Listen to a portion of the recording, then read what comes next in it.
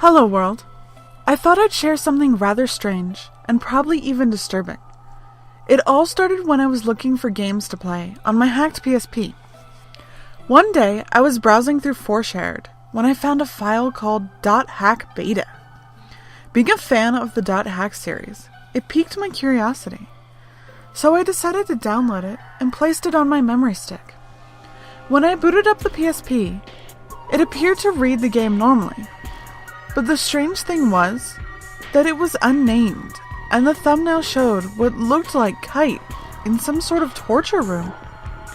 It almost seemed like something out of a horror flick. I sort of ignored it as I pressed the X button to start the game.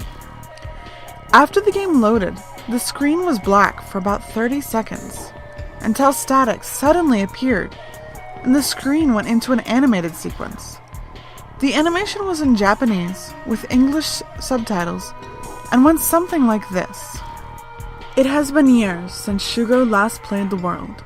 His sister Reina passed away because of a fatal disease widely known as cancer. The cause which led to her death remains unknown. Many believe that an evil vagrant AI, named Kohaku, who tried to steal Shugo's Twilight Bracelet, had placed a hex on Reina. It was such a depressing day that Shugo could not bear the burden of being a twin blade any longer, since he had lost the one person he truly loved the most. He still remembers all the pain, all the sorrow, all the grief from her final day and her final words before she let out her last breath. Shugo, I'm sorry that we couldn't spend the rest of our lives together. I was really looking forward to growing up with you. But never forget, I'll always love you. Since then, Shugo has started going back to his old hobbies and enjoying his life once more as a normal kid. Eventually, time would mend his wounds, until one day, he wondered how his old friends were doing, and decided to check up on them. Right away, he put on his FMD, and picked up the controller and booted up Ultimate OS on his computer.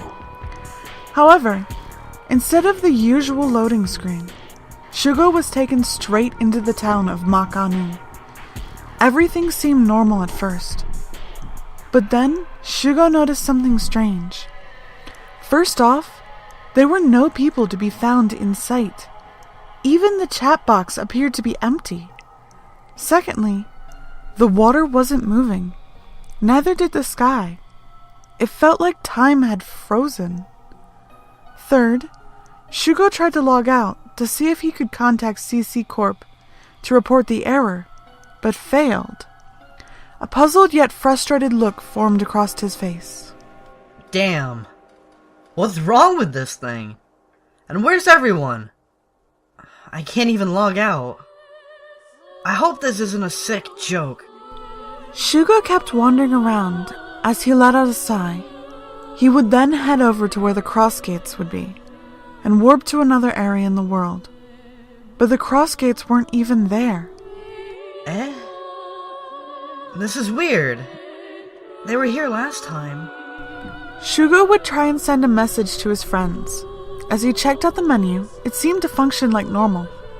He highlighted the cursor over the options until he reached his choice.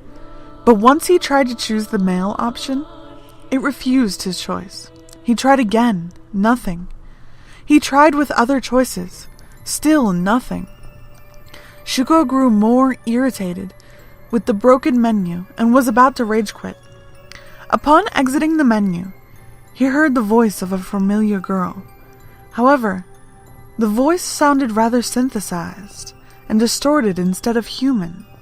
Shugo! His eyes widened as he slowly turned back to see who it was. He would see what appeared to be Reina. Reina? Is that really you? Shugo's eyes watered as he wrapped his arms around his sister and held her close. However, Reina pulled away without even moving her hands or feet. Shugo, why? Shugo almost fell down, hugging the empty space where Reina stood. He then frowned in confusion. Wait a minute. You're not Reina. She died years ago. What's the meaning of this? Who are you? Reina didn't respond as she moved backwards while being still. Shugo decided to follow her. Reina moved faster in an erratic pattern, with Shugo merely tagging along. Suddenly she stopped and spoke. Why did you leave? Hey! I should be asking that question. Listen. I don't know who you are or what you are, but just stop it! Reina went inside the house, still moving as she did before. Shugo bumped his face into the wall. From then on, he knew something wasn't right. A door suddenly appears, and Shugo opens it. Once inside, it's all pitch black. Then the door suddenly shuts and was locked by itself. Shugo flicks on the light switch. The room was barely visible, with very dim lighting. Since there was no way out, Shugo went to the other room. It looked like a kitchen, only there were headless bodies sitting down as if they had dinner. Shugo became utterly queasy the moment he saw the corpses, as he nearly vomited. He noticed another room in the kitchen. He went inside of it. He looked around and there seemed to be nothing. Then a text box suddenly appeared and it said, "Below." As suggested, Shugo looked down and saw multiple severed heads with their eyes gouged out, mouths wide open, covered in blood. Some of these heads were even his old friends, like Oka, Hotaru, and Zephy. Shugo gasped loudly and covered his mouth. Then Reina appeared once again. I'm sorry. You killed them, didn't you? Reina nods and said nothing more. She then closed her eyes and her flesh began to melt, which reduced her to nothing more than a skeleton. What was left of Reina suddenly pulled out her heavy blade, pointing it at Shugo. Reina's voice changed to a horrible yet undefinable tone. I want us to be together forever, Shugo, even in death. Shugo had engaged in battle, but unfortunately, his HP was very low as he glowed red. He tried to use healing items, but none were available. Then a demonic laughter was heard. It's no use. Shugo then remembered about his item that Aura had given to him. In a last-ditch effort, he aimed his twilight bracelet at the skeleton as it started glowing. Data. Drat! Suddenly, his twilight bracelet shattered as Aura appeared in front of him. Something was different about her, but Shugo's vision began to get blurry, so he couldn't make out the differences. Aura? Is that you? Please, help me.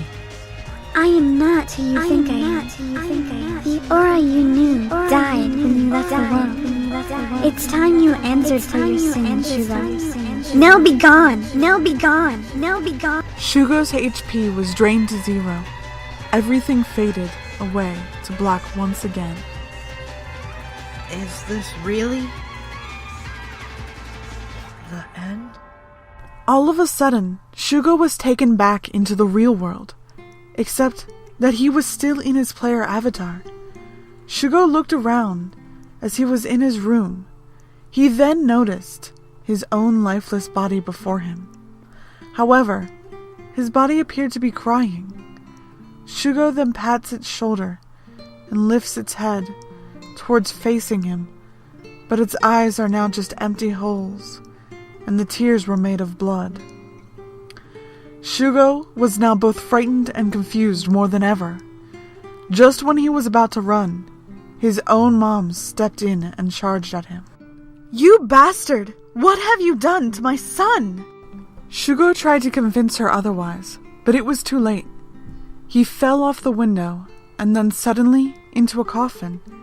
He was now 6 feet under the ground, started to bury the coffin, and started to close. He struggled to break free, but the mysterious zombified hand prevented him from escaping the impending doom. Shugo screamed at the top of his lungs, and he kept screaming till he was completely buried underground and sealed within a coffin. Shugo was now dead, and no one was ever heard from him since. Some say he died playing the world too much. Others say it was an accident. One thing was sure. Shugo and Reina were finally together, no longer apart, and no longer alone. After that, my PSP faded to a black screen. I was mortified at what I'd just seen, and my hands were shaking rapidly. I exited the game, then pressed the triangle button, and went on to deleting the game on my PSP. I immediately went back to 4Shared and reported the file. Within weeks, the dreaded file was finally gone, so if anyone wants to look for it, don't bother.